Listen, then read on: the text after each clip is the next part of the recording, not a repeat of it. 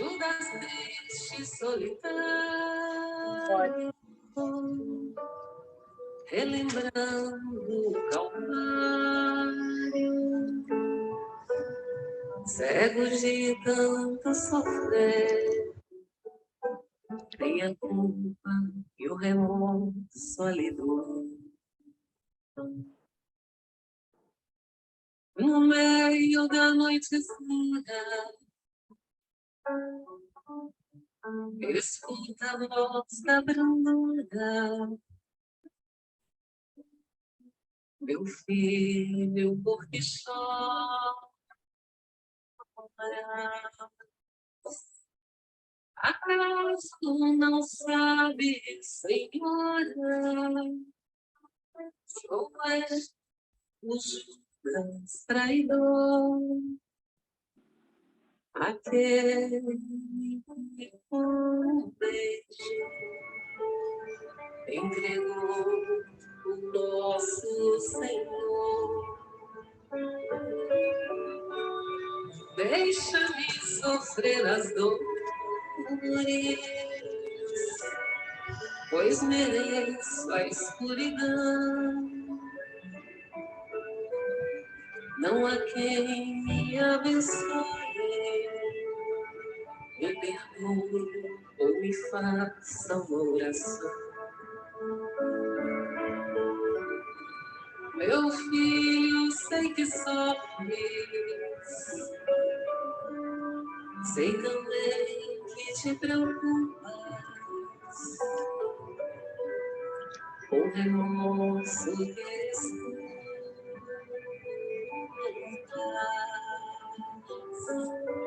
venho apenas falar-te, confia em Deus que é teu Pai, o Pai jamais condena,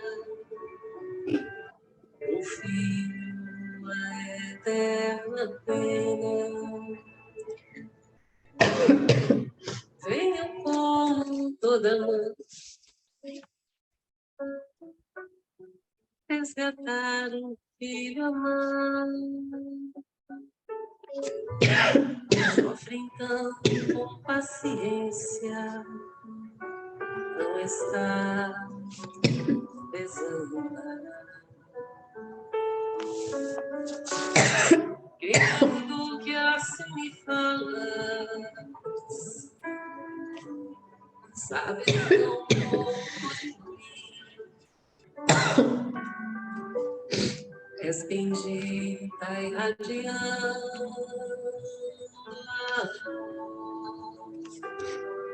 não sabes presença divina, do meu fardo cuida, minha sina, aquele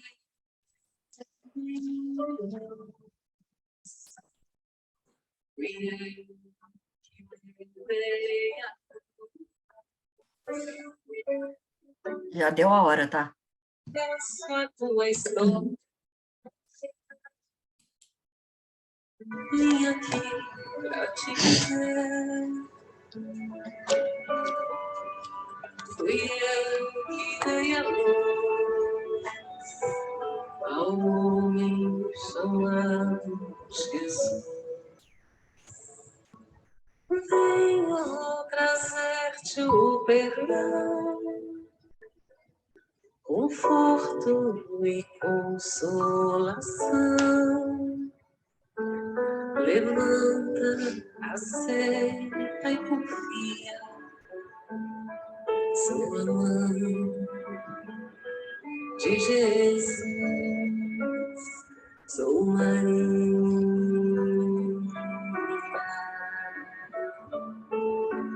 Vem, dá-me tua mão,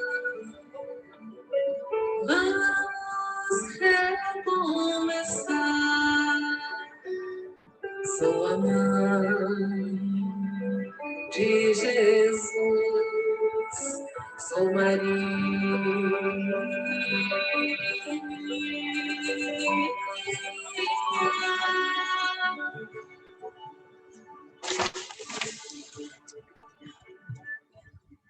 Então, boa noite a todos, sejam todos bem-vindos. Então, nós vamos começar pedindo a Meire para fazer a nossa prece, a página de abertura.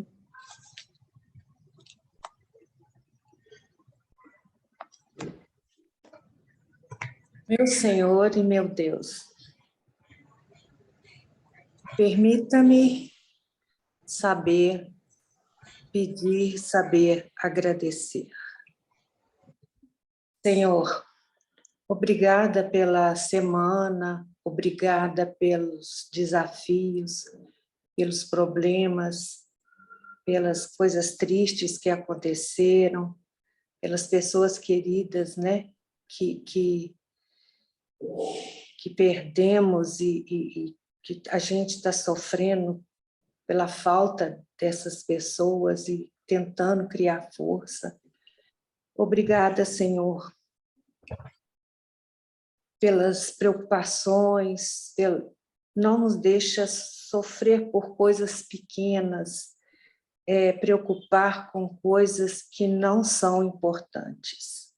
Dai-nos, Senhor, humildade para entender que nada sabemos.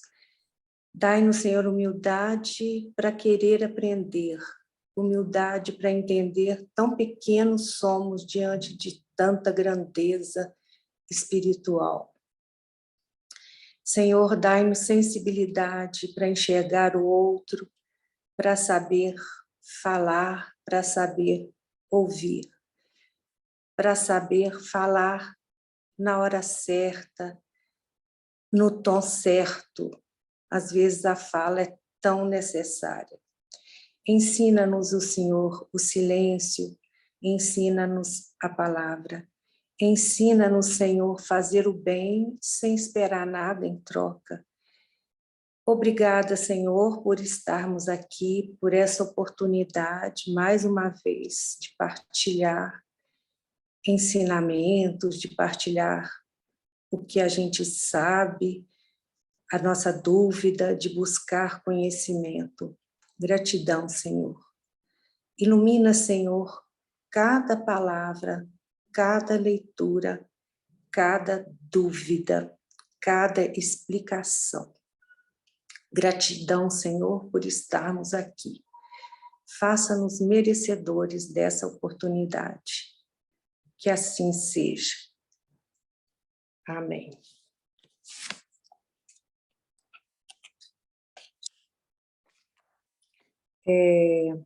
Caminho, Verdade e Vida, Chico Xavier, pelo Espírito Emmanuel. É o 79, né? 79? A cada um. Levanta-te direito sobre os teus pés. Paulo, Atos, capítulo 14, versículo 10. De modo geral, quando encarnados no mundo físico, apenas enxergamos os aleijados do corpo, os que perderam o equilíbrio corporal, os que se arrastam penosamente no solo, suportando escabrosos defeitos. Não possuímos suficiente visão para identificar os doentes do espírito, os coxos do pensamento, os aniquilados de coração. Onde existissem somente cegos, acabaria a criatura perdendo o interesse e a lembrança do aparelho visual. Pela mesma razão, na crosta da Terra, onde esmagadora maioria de pessoas se constituem de almas paralíticas, no que se refere à virtude, raros homens conhecem a desarmonia de saúde espiritual, que lhes diz respeito, consciente de suas necessidades incontestes. Infere-se, pois, que a missão do Evangelho é muito mais bela e mais extensa que possamos imaginar. Jesus continua derramando bênçãos todos os dias, e os prodígios ocultos operados no silêncio de seu amor infinito são maiores que os verificados em Jerusalém e na Galileia, porquanto os cegos e leprosos curados, segundo as narrativas apostólicas, voltaram mais tarde a enfermar e morrer. A cura de nossos espíritos doentes e paralíticos é mais importante, já que se efetua com vistas à eternidade. É indispensável que não nos percamos em conclusões ilusórias. Agucemos os ouvidos, guardando a palavra do apóstolo aos gentios. Imprescindível é que nos levantemos individualmente sobre os próprios pés, pois há muita gente esperando as asas de anjo que lhe não pertencem. Não sei comentar, não, Pepita.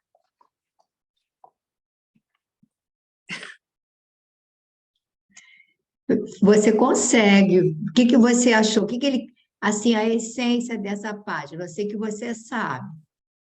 Não, é que a cura, né, espiritual, né, é muitíssimo mais importante, né, do que a cura física, né, porque o corpo, né, tem uma vida curta, né, por assim dizer, e a espiritual caminha para a eternidade, né? Eu, assim, achei que a grande maioria das pessoas, esmagadora maioria das pessoas se constituem de almas paralíticas. É tanta gente assim, a grande maioria se constitui de almas paralíticas, no que se refere à virtude, né? Que muita gente não sabe, né? A desarmonia da saúde espiritual, né? Que a cabeça, né? O que está tão errado, defeituoso no espírito, né? Então, que o Jesus lá, né, curou o paralítico, né, deu visão ao cego, mas isso foi uma coisa humana, né, terrestre, né, ainda, né? Então aquilo foi muito passageiro, que é muito mais importante ele curar o espírito, né, a gente buscar isso, né, do que essa cura física só, né? Então, mais ou menos isso, assim, não sei, né?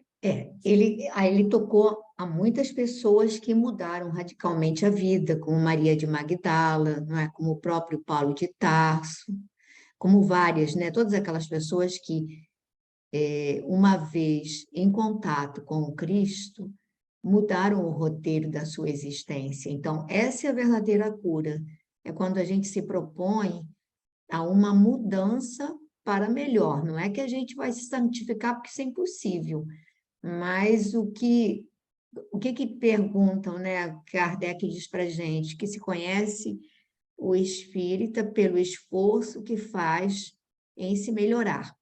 Então, eles não pedem a nossa santificação, mas eles pedem esse trabalho consciente de disciplinarmos a nossa vontade, o nosso querer, a nossa fala, as nossas atitudes. Claro que a gente vai derrapar e derrapa toda hora, mas vai derrapar menos, né? E vai se esforçar mais. E ele não fala muita gente, ele fala esmagadora, né? Esmagadora percentagem, ou seja, a grande maioria de nós somos espíritos ainda doentes e atormentados, né?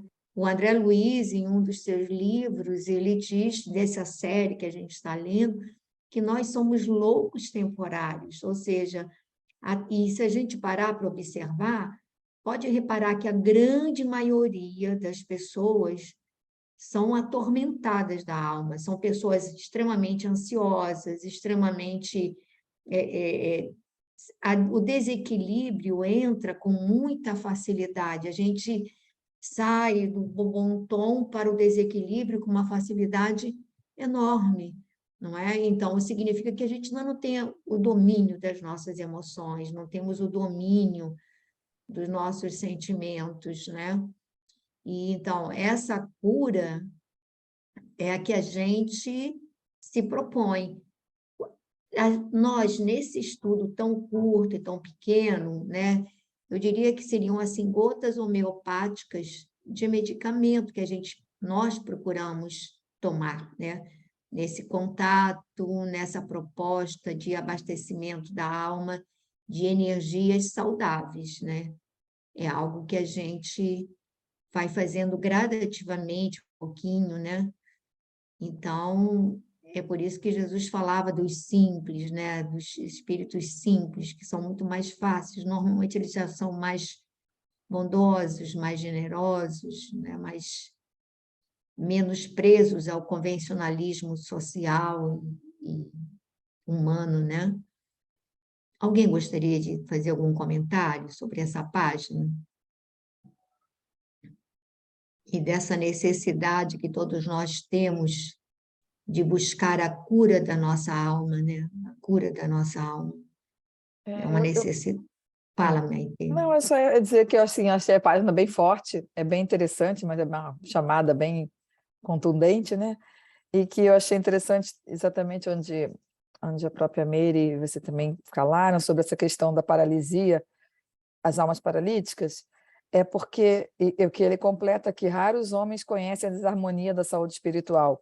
Na verdade, eu entendi aqui, eu só queria confirmar, né, que ele está querendo dizer que muitos são os que estão nessa, né, a maioria esmagadora está nessa paralisia da alma, e não e nem se dá conta, nem entende essa desarmonia, né?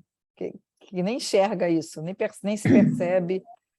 se percebe, sei lá, em desequilíbrio, É né? verdade, é verdade. Não sei se é isso que ele quis dizer, mas me pareceu que era isso, porque quando você está consciente, que é a frase, o pedacinho seguinte, consciente da necessidade, das necessidades para melhoria, você consegue, de alguma forma, tentar, sei lá, evoluir, né? Tentar melhorar ou tentar progredir um pouquinho.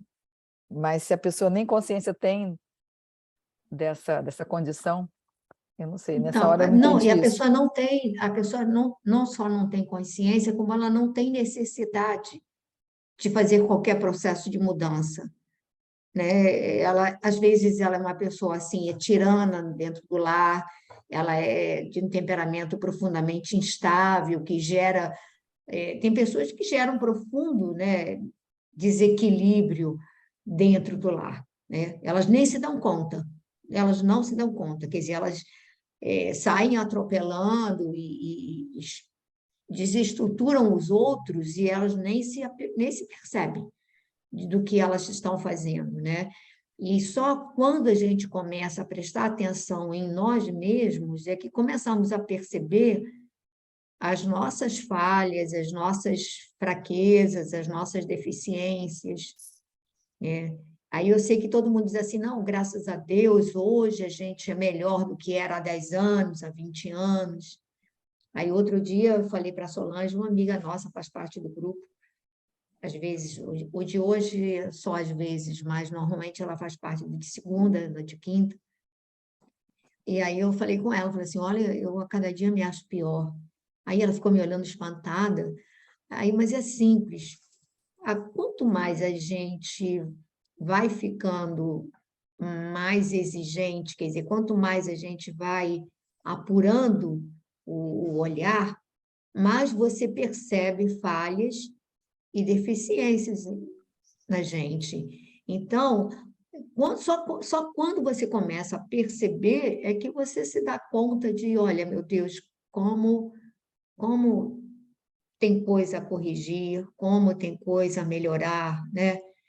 Porque quando eu fico muito preocupada quando o pessoal vem com aquele discurso que já se acha bom, eu fico muito preocupada, porque eu digo, gente, será possível que a pessoa é isso tudo? Ou será que a pessoa ainda nem começou a levantar o véu para perceber as sombras que traz em si, né? E a gente vê muitas pessoas no movimento, né, se atribuindo de que, não sei o que eu tenho para corrigir, né? Várias pessoas assim, eu não sei o que eu tenho para corrigir, eu digo, como é que é?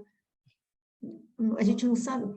Eu posso não ter coragem de corrigir ou de tomar as iniciativas, mas quando você nem acha que não tem nada para corrigir, é preocupante, né?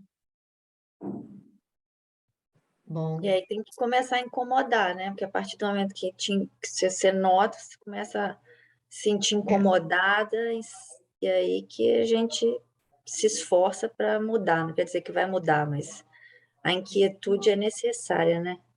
Sim, sem inquietude não há processo de mudança. Então, porque às vezes a gente diz assim, eu quero ter uma vida calma, mas sem conflito, você não se propõe a mudança. Se não há né, esse processo, algo que te incomoda, você vai se mobilizar para mudar. Mas se nada te incomoda, está muito bem, obrigado, vamos continuar assim. Não é isso, Gracinha? Então, vamos lá para a leitura do nosso livrinho, o outro.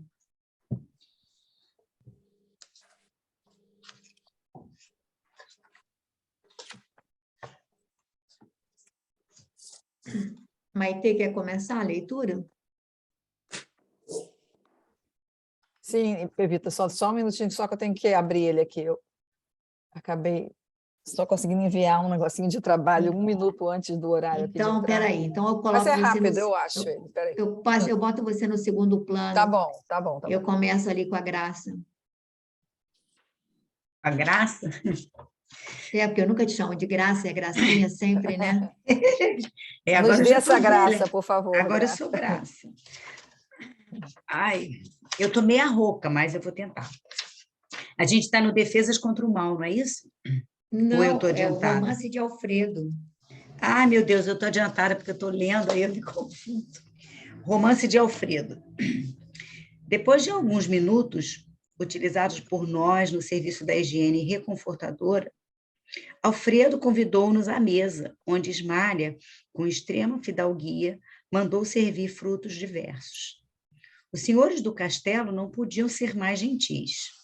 Servidores iam e vinham, com grande júbilo, a lhes transparecer do rosto. A palestra de Alfredo e as observações de Ismália estavam cheias de notas interessantes e educativas.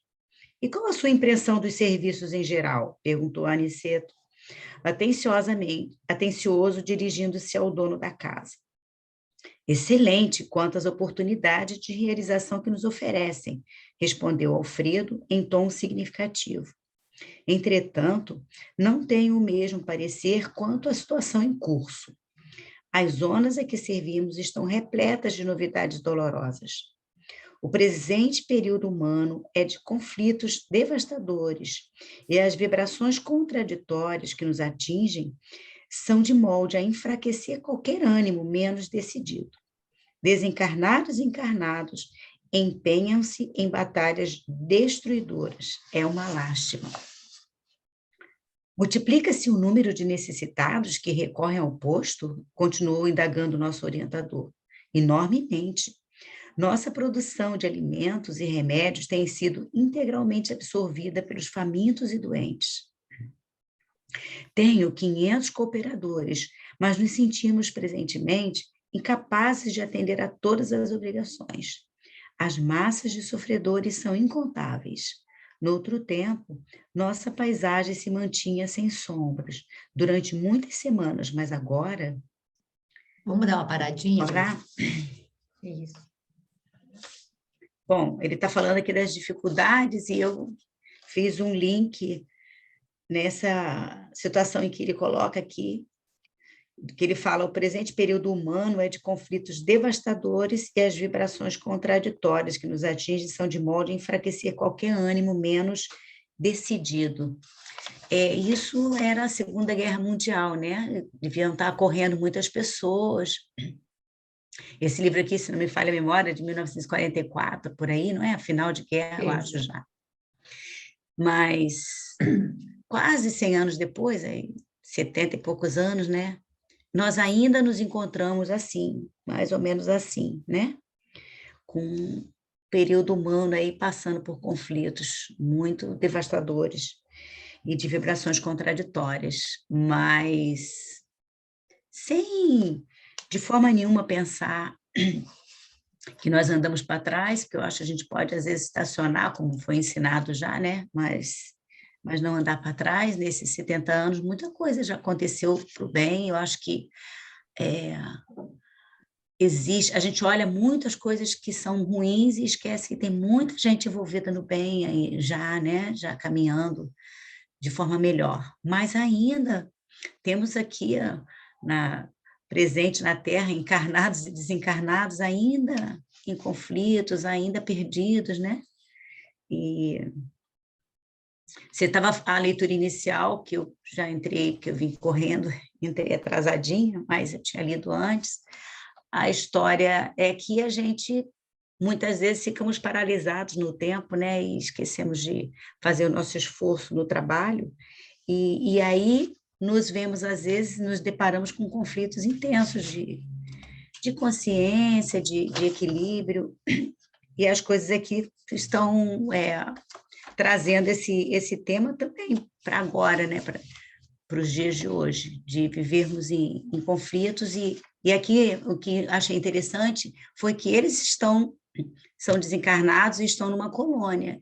E os trabalhadores lá da área já não dão conta de tanto trabalho que eles têm com as pessoas que naquele período estavam chegando, provavelmente as pessoas faleciam de forma rápida, né? Não era nenhuma doença, não era nada que se preparassem antes, enfim, acometidos de medo de estarem vivendo num processo de conflito, deve ser uma coisa terrível igual nós passamos recentemente com a história do Covid, as pessoas desencarnam em grandes números e deve chegar do outro lado numa situação em que precisa muita gente socorrer, tem que ter um volume maior de pessoas recebendo as pessoas. Repita, vou deixar que você comente. Eu achei interessante aqui uma colocação dele, não sei se vocês prestaram atenção, que ele vai dizer o seguinte, o Aniceto perguntando para o Alfredo, né? Qual a sua impressão dos serviços em geral? Então, diante daquela crise, não é?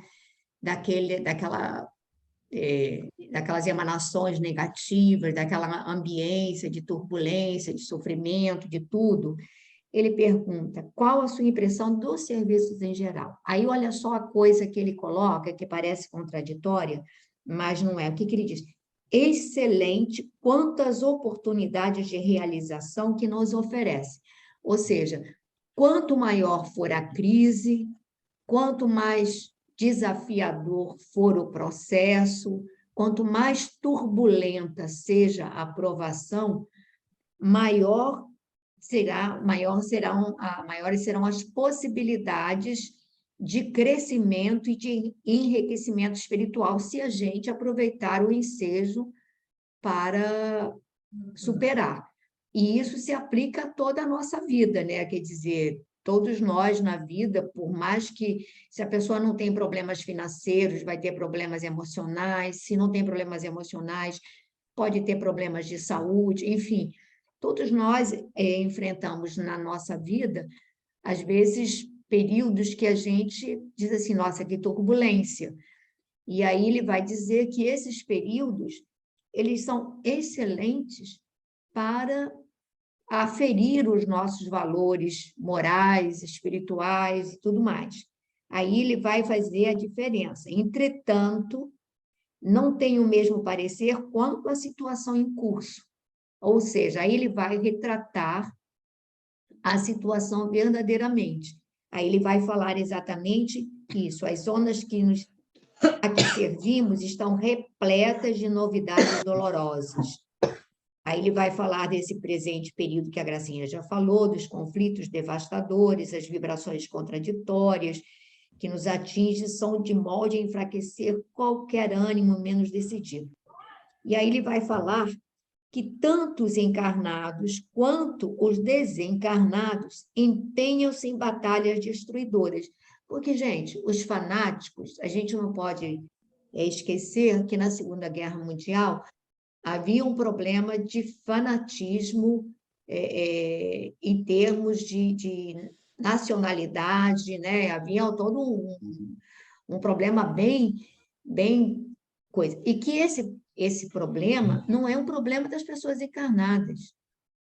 Se a pessoa tem essa tendência fanática, se ela tem essa ojeriza contra essa ou aquela nacionalidade, contra essa ou aquela etnia, ele vai desencarnar e vai continuar tendo. Então, digamos, do lado de lá, entre os desencarnados, os conflitos também aconteciam, porque ele diz assim, desencarnados e encarnados empenham-se em batalhas destruidoras. É uma lástima. Aí ele vai falar exatamente de todo esse processo e aí ele vai falar desse posto, que não chega a ser uma colônia, mas é um posto de socorro, em que ele tem 500 colaboradores. Então, se ele tem 500 colaboradores, a gente pode ter uma ideia de quantos asilados ele comporta ali dentro. A gente vai ver isso mais para frente. E aí a gente vai ver como é intenso o trabalho. E tem gente aí querendo desencarnar para ficar tendo uma vida mansa. Então, gente, vamos esquecer, porque não tem... Descansar, isso que eu ia falar. para descansar. A pessoa Essa fala, história ela de- descansou. fulano, graças a Deus, descansa em paz. Ó, gente, esse negócio de descanso é para gente, sabe? Porque se o corpo espírito for material. operoso, não é? Vai ter muito trabalho para fazer. Vai ter. Eu espero, porque eu não sei ficar parada, não, eu sou elétrica. Pois é, você é uma formiguinha atômica, então, imagina. Mas alguém gostaria de comentar alguma coisa? Só Algum comentário? rapidinho, não, um segundo, que ele não falou aqui para gente, né? Mas ele colocou aqui, depois de alguns minutos, utilizados por nós no serviço de higiene reconfortadora. Ele não falou o que é o serviço de higiene, né? Aí eu lembrei de nosso lar lá, com os banheiros, né? Chuveiro, acho que eles tomam banho. Outra situação, não sei, não consigo imaginar, mas...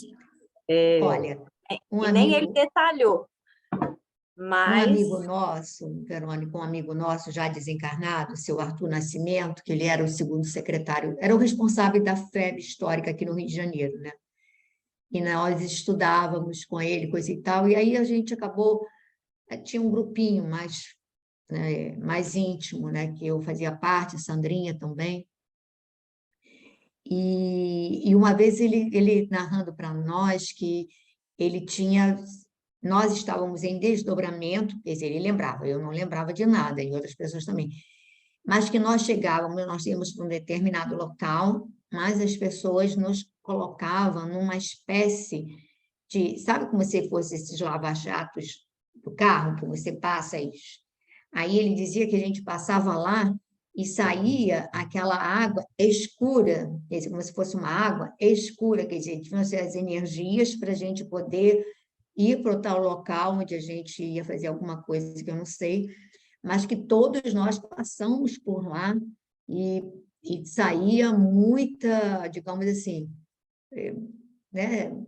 Não era propriamente a nossa água, mas era mais ou menos isso. A gente levava umas buchas lá, assim, para... Impurezas, né? Sair as impurezas, né? Devia ter muita coisa, né? Muita sujeira. Então, eu acredito que tem alguns banhos energéticos desses, assim, sabe? Para dar uns jatos, assim, né? Se recompor, né? E lá eles também passaram por isso. Maitê, quer começar a seguir agora? Sim, sim. Será que no passe, só me passou na cabeça, né? Um pouco, no momento daquela aspersão que se faz, pode ajudar um pouquinho Com também? certeza, com certeza. Esse, Muita tipo coisa assim, o retirada banho, ali. esse banho, Muita pouquinho coisa desse retirada ali. Nesse instante, Ismália pediu licença para dirigir-se ao interior. E como Alfredo fixasse os olhos nos meus, aventurei-me a considerar. Ainda bem que tendes uma abnegada companheira ao vosso lado. Ele e Aniceto sorriram, quase a une só tempo, falando-nos o administrador. Meus amigos, por enquanto, não tenho essa felicidade em caráter definitivo. Minha esposa e eu temos o divino compromisso da união eterna, mas ainda não lhe mereço a presença contínua. Ela é a bondade celeste e eu a realidade humana. Depois de pequena pausa, prosseguiu com gentileza. Aniceto conhece-nos a história. Vocês, porém, a ignoram. Sentir-me-ei, portanto, contente em relatar algumas lembranças com benefício duplo. Aliviarei o coração uma vez mais, contando minhas faltas, e vocês dois, que talvez tenham em breve novos serviços na Terra, aproveitarão, por certo, alguma coisa das minhas experiências. Ismália e eu guardávamos um escrutínio de felicidade no mundo. No entanto, os salteadores perversos espreitavam-nos a aventura. Minha responsabilidade era enorme no campo dos negócios materiais, e longe de compreender as obrigações sublimes de esposo e pai, não procurava atender aos deveres justos para com o lar e os 2 filhinhos que Deus me enviara ao círculo doméstico. Ismália, porém, era a providência de nossa casa. Esqueci-me, contudo, de que a virtude, a qualquer tempo, será atormentada pelo vício, e minha nobre companheira foi vítima da maldade de um amigo desleal, com quem eu tinha inúmeros interesses em comum no campo humanitário. Minha esposa sofreu em silêncio a perseguição dele por alguns anos consecutivos, e quando meu desventurado sócio verificou a inutilidade da atitude criminosa, em franco desespero buscou envenenar-me o espírito desprevenido. Começou por advertir-me quanto ao procedimento dela. Atordoou-me, envolvendo-a em acusações descabidas, subornou criados domésticos e colocou espiões que seguissem minha querida Ismália nas tarefas de esposa e mãe. Esse homem exercia profunda influência sobre mim, e atendendo aos laços que nos uniam, minha companheira jamais se sentiu com bastante coragem para denunciá-lo. Enquanto dava ouvidos à calúnia, fora de meu círculo doméstico, tornara-me intolerável dentro dele. Não sabia contemplar minha esposa com a despreocupação e a confiança absoluta de outra época. Via o mal nos seus mínimos gestos e queria descobrir segundas intenções nas suas frases mais inocentes. Cheguei a acusá-la veladamente. Ismália chorou e calou-se. Por fim, nosso infeliz perseguidor subornou um homem de baixa condição que permaneceu certa noite ao lado de nossos aposentos particulares como vulgar ladrão, às ocultas, sendo eu convocado à prova máxima. Penetrei no quarto em extremo desespero e acusei em voz alta ao ver a companheira profundamente tranquila. Ismália levantou-se receosa da minha saúde mental, mas não lhe atendi os rogos, procurando como louco o conspurcador de minha honra. Abri violentamente o grande armário antigo, vasculhando o armário. Nesse instante, o vulto de um homem esgueirou-se na sombra do aposento próximo, e antes que eu pudesse agarrá-lo de meu ódio em frene, saltou a janela, alcançando o pomar de nossa casa. Corri desesperado, detonando balas a esmo, mas nada consegui. Regressei ao quarto e, para cúmulo da calúnia odiosa, o desconhecido deixara atrás de si um chapéu novo, rigorosamente moderno, para que se acentuassem meus sentimentos terríveis. Olhos com Quer dar uma gestos... paradinha? Só porque Quase. é muito longo, ele vai até quase o final. Aí dá uma avaliada até aqui de toda a atitude dele, desse processo todo. Então, quando o André Luiz reconhece, fala olha, que é bom, importante que para essa missão, né, tão complexa você tenha esse apoio da sua esposa, e vocês juntos são companheiros, então isso ajuda bastante, né, um a suportar, a sustentar o outro. E aí ele resolve então contar a história dele, que na verdade ele e ela não estariam talvez ainda no mesmo grau de evolução espiritual, que ela então seria, apesar da união deles ser eterna, ele não tem direito ainda, os dois não podem ainda ficar juntos continuamente, né, em função desse desnível. E aí ele começa a contar a história, né, que eles viveram juntos, em que ela então parecia ser muito amorosa como mãe, esposa e uma pessoa, uma companheira excelente, né? Mas ao que parece havia alguém próximo a ele, uma pessoa que ele considerava amigo, que pelo que eu entendi que deve ter feito assim investidas talvez amorosas junto a ela, né? Sem nada conseguir, e ela não quis denunciar essa pessoa, que talvez até também ele nem acreditasse se ela levantasse essas suspeitas, né? Talvez ele nem acreditasse. Mas então, quando essa pessoa viu que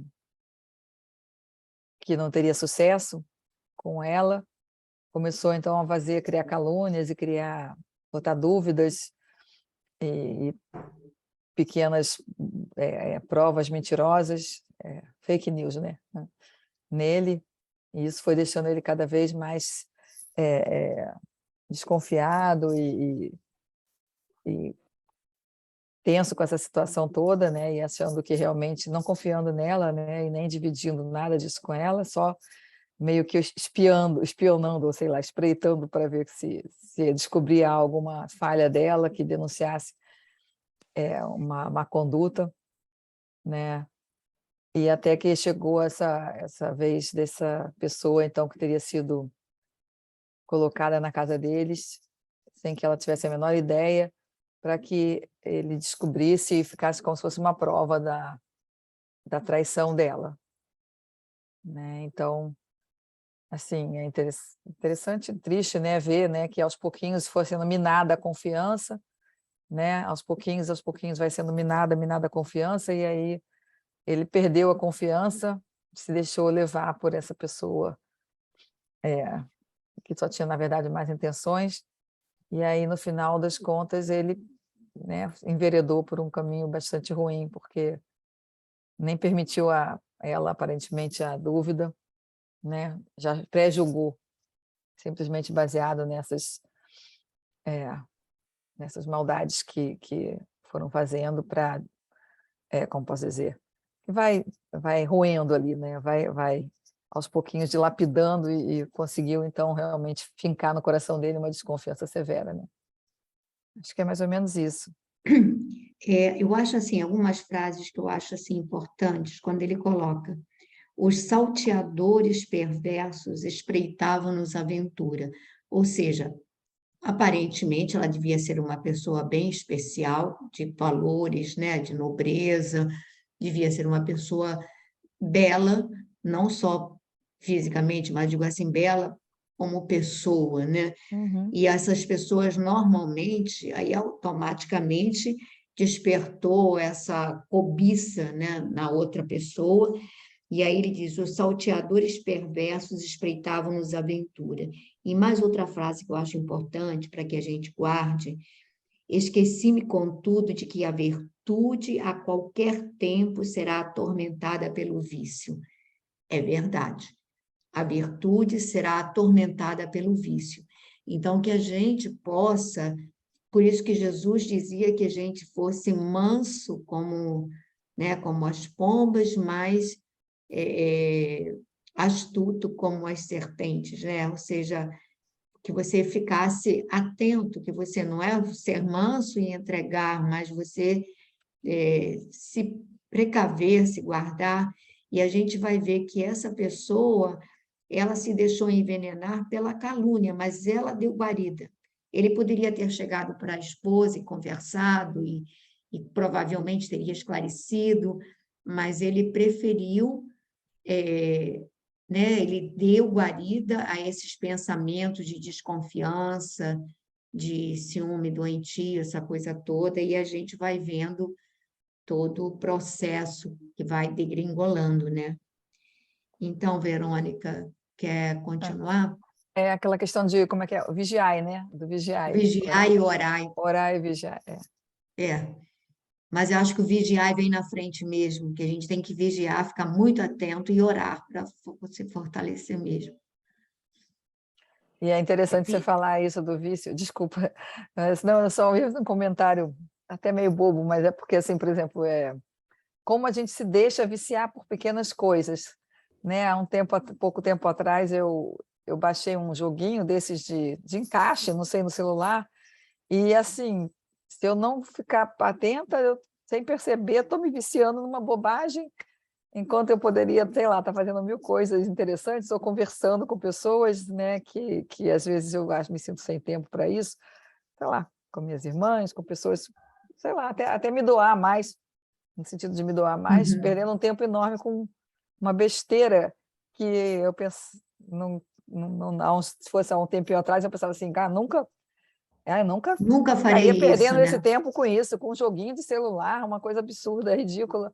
Eu não faria isso. E aí, quando você se vê, você já está fazendo, e essa questão do vício mesmo, do vigiar. É Me complicado. chamou a atenção também aqui o trecho em que ele fala que ela não sentiu coragem de denunciar essa pessoa para o marido, porque eles eram amigos.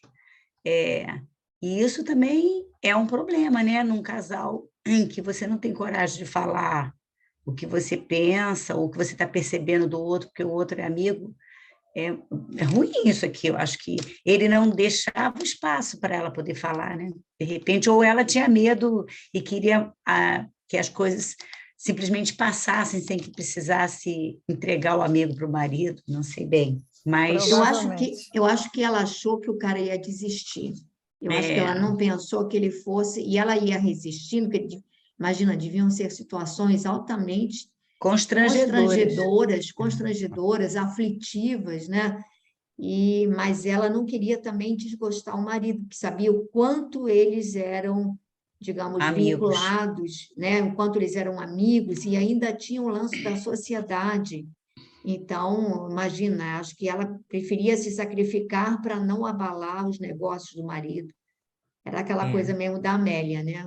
é verdade. E outros tempos também, né? Eu acho que as mulheres tinham Sim, mais mais receio, né? receio. É. Mas vamos lá, Verônica, senão a gente não fecha o capítulo. Olhos com gestos, não é? É, Olhos com gestos, vomitando insultos, quis eliminar Ismália, banhada em lágrimas a meus pés. No entanto, alguma coisa que eu nunca pude compreender na terra paralisou meu braço quase homicida. Vociferando blasfêmias, surdo aos rogos dela, afastei-me do lar, tomado de horror.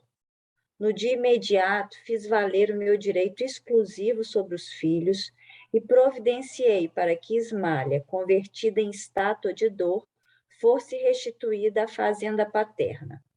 Contratei uma governanta para os meninos e logo após tomei um paquete para a Europa, onde me demorei mais de 3 anos. Nunca me propus a verificações sérias e, embora tivesse o espírito incessantemente atormentado, humilhei os sentimentos mais íntimos, jamais procurando notícias da companheira caluniada. Certo dia recebi uma carta lacônica na costa francesa. Um parente dava-me informações da esposa. Após 2 anos angustiosos entre a saudade e o abandono, Ismália fora colhida pela tuberculose, falecendo em terrível martirológio moral. Deliberei então a volta. Fixei-me novamente no Rio, eduquei os filhinhos e conservei a dolorosa viuvez no desencanto do coração. Anos rolaram uns sobre os outros, quando fui chamado à cabeceira do ex-sócio agonizante. O infeliz, em face da morte, confessou o crime odioso, pedindo um perdão que, infelizmente, não pude conceder. Transformei-me desde então num louco irremediável. Cansado, envelhecido, procurei a propriedade rural dos sogros, tentando reparar, de alguma sorte, a injustiça, mas a morte não me deu ensejo e voltei para a esfera dos desencarnados em tristes condições espirituais. Para aqui ou continuo? Verônica, não sei, acho que pode continuar, porque aí a gente não vai ter tempo. Já Tá. são 20h15. Nesse instante, fez uma pausa para continuar comovido. Não preciso dizer que recebi de Ismália todo o amparo de que necessitava. Todavia, infelizmente para mim, estávamos separados. Não merecia a bênção da união sublime. Ismália segue-me de perto, mas tem residência num plano superior, que devo esforçar-me por alcançar. Desde muito dediquei-me aos serviços do nosso posto de socorro, consagrei-me aos ignorantes e sofredores, e minha santa Ismália vem até aqui mensalmente incentivar meu bom ânimo e amparar-me nas lutas. Mas não poderia ela transferir-se definitivamente para aqui? Indagou Vicente, tão impressionado quanto eu com o romance comovedor. Alfredo sorriu e falou: sei que Ismália tem trabalhado para isso, que seu ideal de união eterna é idêntico ao meu, atendendo à circunstância de estar o superior sempre em posição de dar ao inferior. Mas não ignoro que foi advertida por nossos maiores das minhas atuais necessidades de esforço e solidão. Preciso conhecer o preço da felicidade para não menosprezar de novo as bênçãos de Deus. Minha esposa deseja descer para encontrar-se definitivamente comigo. Entretanto, é necessário que eu aprenda a subir e, por este motivo, ainda não recebemos a devida permissão para o definitivo consórcio espiritual. Observando-nos a emoção, concluiu: estou resgatando crimes de precipitação. Pela impulsividade delituosa, perdi minha paz, meu lar e minha devotada companheira. Conforme ouviram, não matei nem roubei a ninguém, mas envenenei-me a mim próprio. A calúnia é um monstro invisível que ataca o homem por meio dos ouvidos invigilantes e dos olhos desprevenidos. Fazer um resumo, né?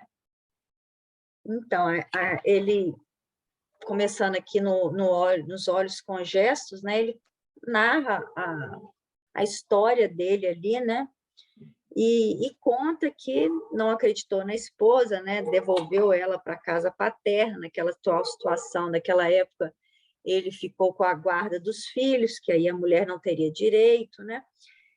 E embora ele tivesse sempre, né, quando ele coloca aqui, o espírito incessantemente atormentado, ainda assim ele não procurou conversar com ela para saber verificar realmente o que tinha acontecido, dar a ela a oportunidade de falar, e assim ele entendeu. Ele só foi perceber o equívoco quando o sócio, à beira do leito de morte, contou a história e ele tentou reparar, né, de alguma forma, já que a esposa já tinha desencarnado, tentou reparar, ajudando o sogro de alguma maneira, mas foi alcançado ali pela desencarnação.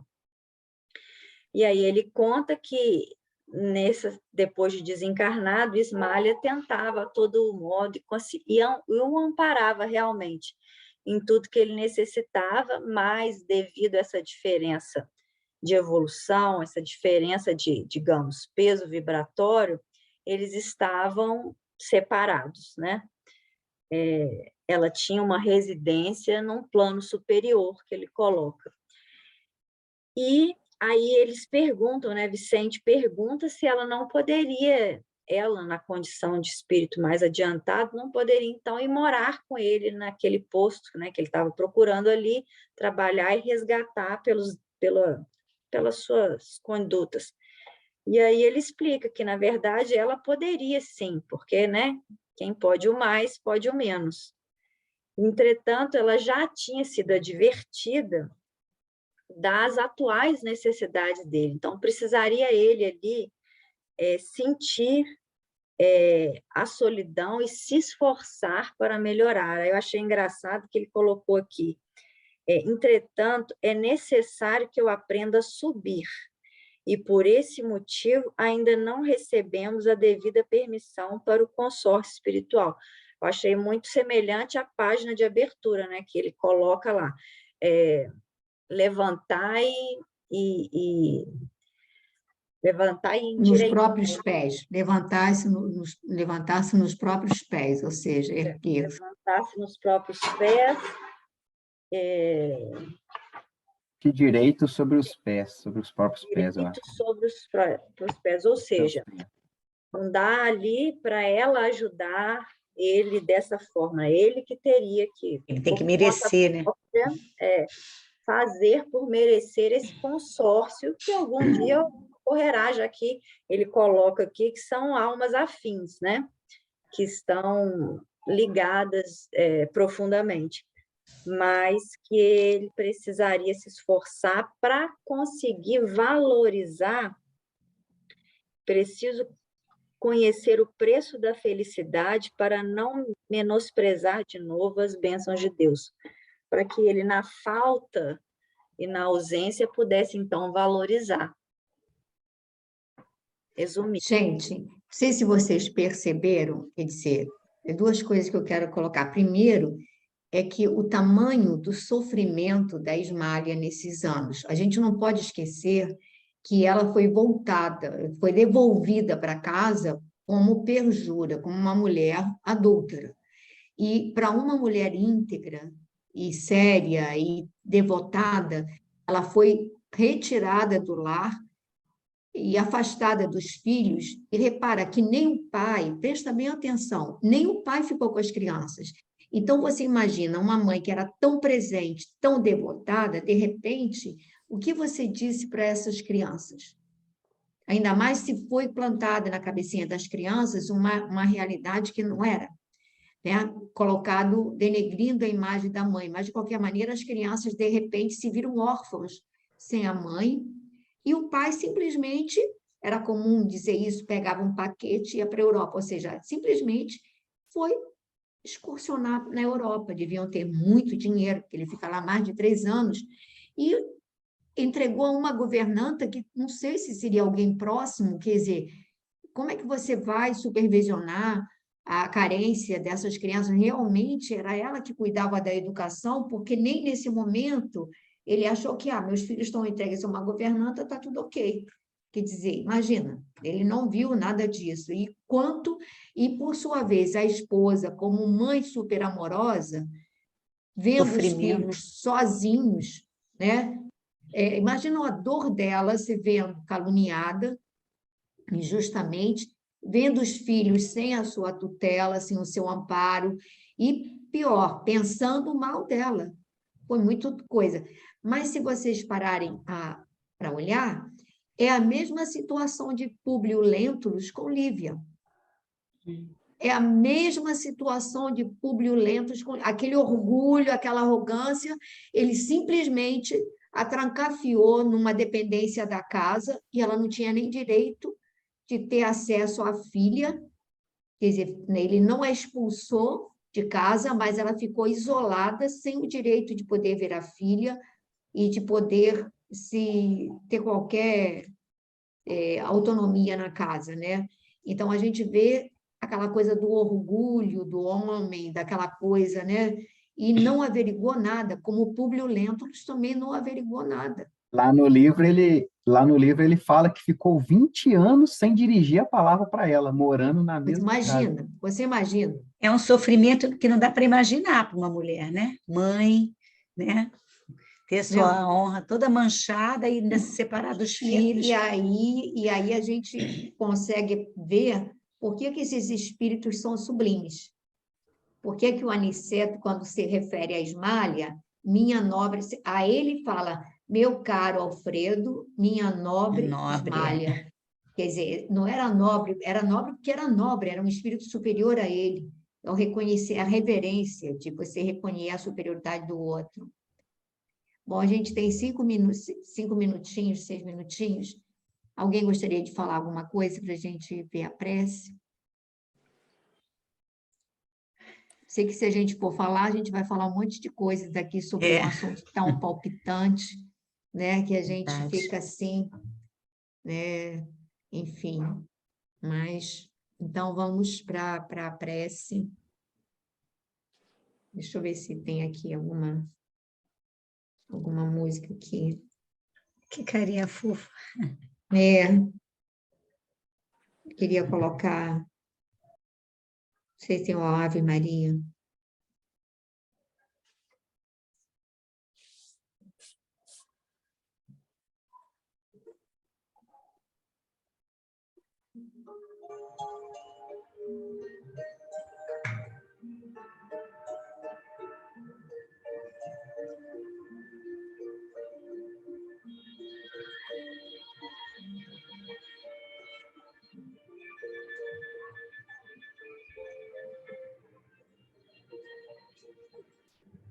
Senhor, Mestre amado,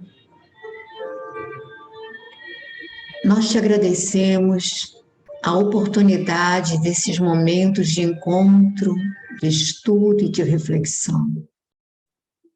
Te agradecemos pela presença dos nossos amigos encarnados e desencarnados. Te agradecemos, Senhor, por termos a possibilidade de estudar essas obras e do aprendizado que elas nos trazem. E neste momento te pedimos, Senhor, que possas visitar o lar dos nossos irmãos, da nossa irmã Babi, da sua família, da nossa irmãzinha Meire, dos seus familiares, da sua irmã tão sofrida. Pedimos pelo lar da nossa irmã Verônica, pelo lar da Alice, pela sua irmã Isaura, que se encontra em restabelecimento. Pedimos igualmente, Senhor, pelo lar da nossa irmã Maitê, da sua família, da sua filha Juliana. Pedimos ainda, Senhor, pelo lar da nossa irmã Gracinha, da nossa irmã Ana, seu Antônio, seus familiares. E te pedimos por todos aqueles que hoje não puderam comparecer, especialmente pela nossa irmã Glória, que se encontra acamada, uma crise de coluna. E te pedimos que possas aliviá-la, Senhor, que possas de alguma maneira socorrê-la, a ela e ao seu lar. Ampara-os, Mestre querido, abençoa-os. Pedimos ainda pelo lar do nosso irmão João, pelos seus familiares, para que sejam todos envolvidos nessas vibrações amorosas. E te peço também, Senhor, pelo nosso lar, pelo lar dos nossos filhos, os que estão aqui, os que se encontram distantes, que sejam todos eles envolvidos em vibrações amorosas e salutares. E assim, Senhor, pedimos por todos os espíritos que se encontram próximos a nós neste momento. Pedimos por aqueles que constam em nossos cadernos de prece, pela nossa irmãzinha, Vanessa Cristina, Paiva de Almeida, que desencarnou esta semana. E pedimos ainda, Senhor, pela nossa irmãzinha Natânia, para que onde quer que ela se encontre, ela receba o nosso abraço, nosso sentimento de saudade, de gratidão. Então, que todos possamos ser envolvidos pelo amor do Cristo, que a paz possa estar em nossos corações e que possamos, Senhor, continuar contigo, mantendo a fé, a esperança e a gratidão por tudo que nos ofereces. Que assim seja. Acabamos gravadinho.